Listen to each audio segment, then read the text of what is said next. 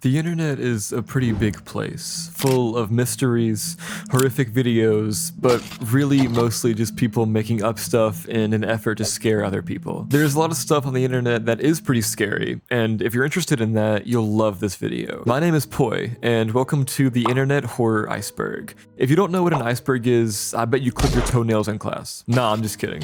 It's basically just a way to organize information, where entries closer to the top are more well known, and entries closer to the bottom are less well known. So we're gonna start with some stuff that you might have heard of and end up on some stuff that will probably give you nightmares. In other words, if you think some of the entries are boring, just wait. This iceberg gets real obscure real quick. And with all that out of the way, let's get into the first layer. 3 a.m. videos refers to those dumb kids videos where it's like seeing Subway Jared at 3 a.m. or calling Boss Baby at 3 a.m., both of which are actual real videos, by the way. I don't really know why they're here in the internet horror iceberg. Maybe it's horror for like 5-year-olds?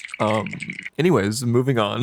Creepypastas are like horror legends that are written on the internet. They started out as like kind of like actual old legends, you know, that people would tell around the campfire, like folklore kind of, but now they just refer to any kind of horror content posted on the internet that's like a story. Every copy of Mario 64 refers to a 4chan post that's actually pretty creepy about Mario 64. It reads as following: have you ever played through Wet Dry World and felt this eerie feeling? That's the emotional aura in effect. Wet Dry World has this unfinished, beta-esque feeling of incompleteness, like it was a test build that was slapped together into a course at the last second. Truth is, WDW is a simulated human brain, not in the traditional sense, but similarly to how people have made calculators in Mario Maker and computers in Minecraft. I don't remember it exactly, but it had something to do with the shifting water tides. Another thing that hints into this is the brain diagram found in the stage, which is probably put there as a reference point for the developers when making this. Super Mario 64 is, at its core, an insidious and evil work of human creation, a twisted experiment made to test the bounds of technology. It's horrifying. Every copy of Super Mario 64 is personalized. Nintendo's experimental AI adapts and subtly creates a slightly altered version of the game tailored specifically for you,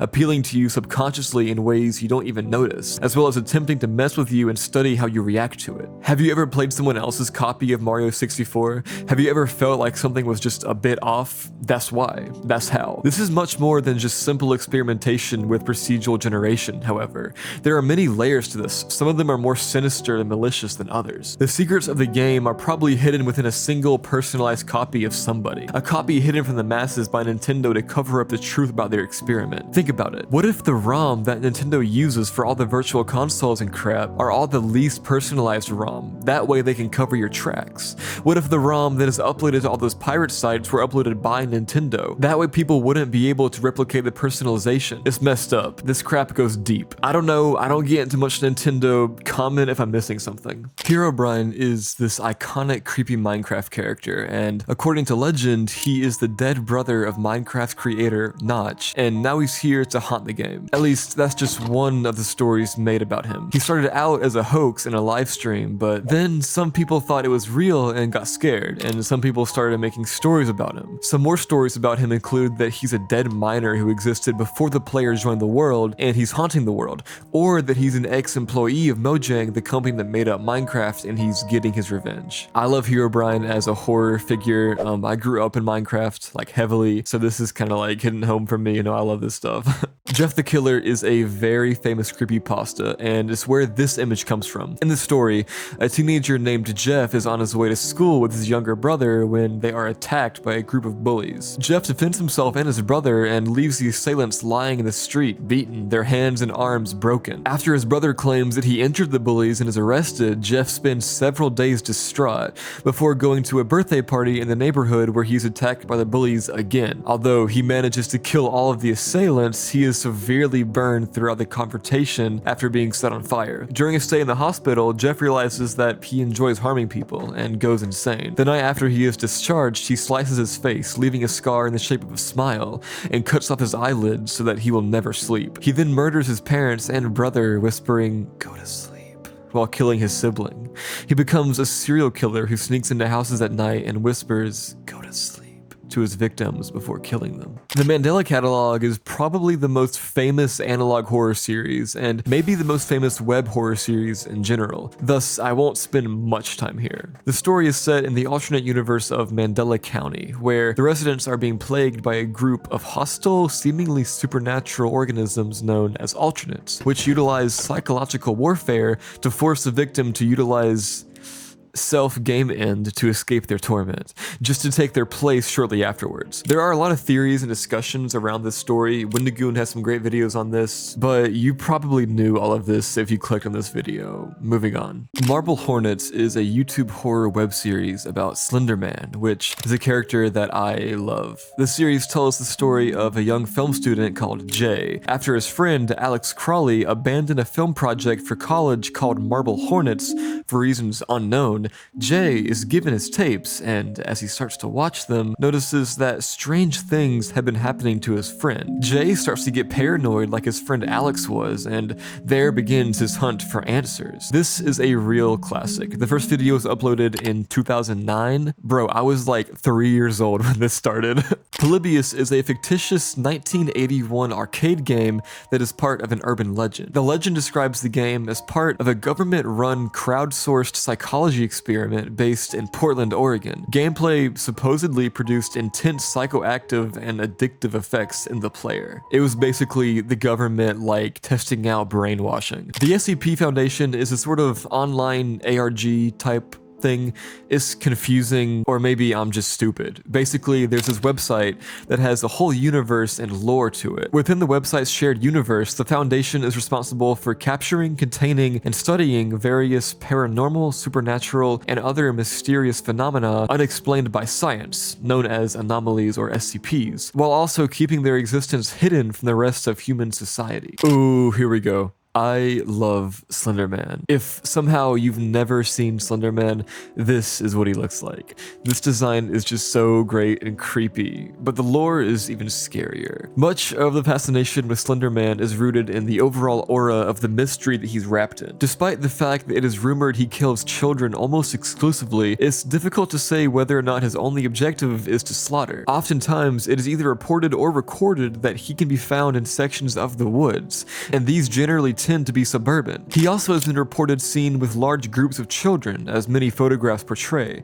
It is commonly thought that he resides in woods and forests and preys on children. He seems unconcerned with being exposed in the daylight or captured in photos. It is often thought as well that he enjoys stalking people who become overly paranoid about his existence, purposefully giving them glimpses of himself in order to further frighten them. For this reason, it seems like Slender-Man very much enjoys psychologically torturing his victims. He also often appears to float or drift around rather than walk, which suggests the possibility of him being an ethereal rather than a creature or a man. This would also explain why he is able to remain mobile in spite of his poorly proportioned body. Even though Slender-Man was fabricated on something awful forums, or was he? Some people have already claimed sightings. He is seen mostly at night peering into open windows and walks out in front of lone motorists on secluded roads. His main intentions appear to be kidnapping children, as when he is seen near them in photographs, they usually disappear shortly afterward. Oh gosh, I gotta talk about the Backrooms again. No, I'm just kidding. I love doing this for you guys. If you're not careful and accidentally teleport out of reality in the wrong areas, you'll end up in the Backrooms. Here it is nothing but the stink of old moist carpet, the madness of Monte Yellow, the endless background noise of fluorescent lights at maximum hum buzz, and about 800 million square miles of randomly connected empty rooms where you are trapped. God save you if you hear something wandering around, because by that point, it already knows you are there. If you want to learn more about the Backrooms, I have a whole lot of videos on it, so check those out. The Blair Witch Project is a movie, so I don't know why it's on this internet horror iceberg. Anyways, who cares? Let's talk about it. The movie claims to be made up of footage that was discovered in the abandoned cameras of 3 aspiring young filmmakers. 3 film students, Heather, Mike, and Josh, decided to make a documentary about the fictitious Blair Witch in October 1994. They visit Burkittsville, Maryland, and speak with local locals there about the urban legend. Locals tell them of a hermit named Rustin Parr who allegedly kidnapped 7 children in the 1940s and killed them all in his basement while one stood in the corner. Parr lived in the forest and was a hermit. In order to investigate the legend, the students tour the forest in North Burkittsville. A pair of fishermen approach them, and one of them informs them that the forest is cursed. He tells them the story of Robin Weaver, a young girl who vanished in 1888 and turned up 3 days later, talking about an elderly woman whose feet never touched the ground. The students hike to Coffin Rock, the site of 5 men's ritualistic executions in the 1800s, after which their bodies vanished. The following day, after setting up camp for the night, they discover an old cemetery with 7 tiny cairns, one of which Josh unintentionally topples. They hear the sound of sticks snapping that evening. The next day, they attempt to hike back to the car but are unable to do so before dusk, so they set up camp instead. They hear sticks snapping once more. They discover 3 cairns built next to their tent when they wake up. Heather discovers that her map is gone. When Mike admits that he threw the map into a creek out of frustration, the group fights as they become aware that they are lost. Using Mike's compass, they decide to go south and come across stick people dangling from trees. That evening, they begin to hear ominous noises once more, including kids laughing. They hide in the forest until dawn after an unknown force shakes the tent. When they get back to their tent, they discover that Josh's equipment is covered in slime and that their belongings have been rummaged through. They realize that they have been going in circles when they come across a river that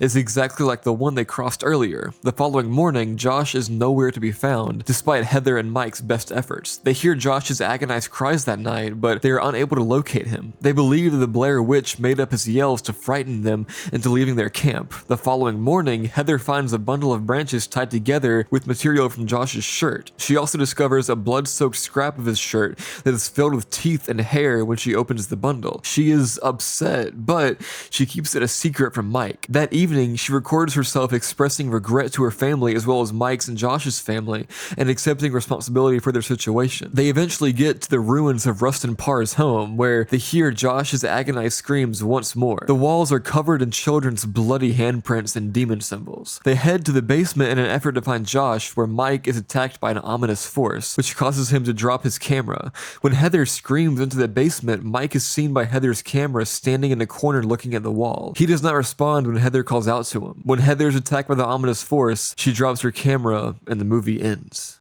The Walten Files is another analog horror series. It's a pretty good one. The plot is as follows. The idea to build a restaurant with robotic entertainment for children was Jack Walten and Felix Kranken's original thought. This concept persisted in the minds of the two until it was finally realized in the summer of 1974 under the name Bond's Burgers and would be run by Bunny Smiles Incorporated. 1 month prior to the restaurant's opening on May 2nd, 1974, Felix took Ed and Molly, 2 of Jack's younger children, to a school party. Felix happily drank alcohol from the school's designated area for adults because he was struggling with his alcoholism and his wife had left him earlier in the day. Felix took the Waltens' children home after they had fun, but because Felix was so inebriated, he started to accelerate and crashed his car, killing Ed and Molly. He hid the 2 kids in St. Juana's forest due to irrational guilt and fear. After some time, Jack tried to call Felix and demanded angrily to know where his children were, but Felix remained silent. On June 11th, 1974, Jack Walten was reported missing. On June 28th, 1974, the restaurant would open, 17 days after Jack vanished. The restaurant would celebrate its first birthday 2 days later. That evening, Susan Woodings would record an audio diary of the day's events,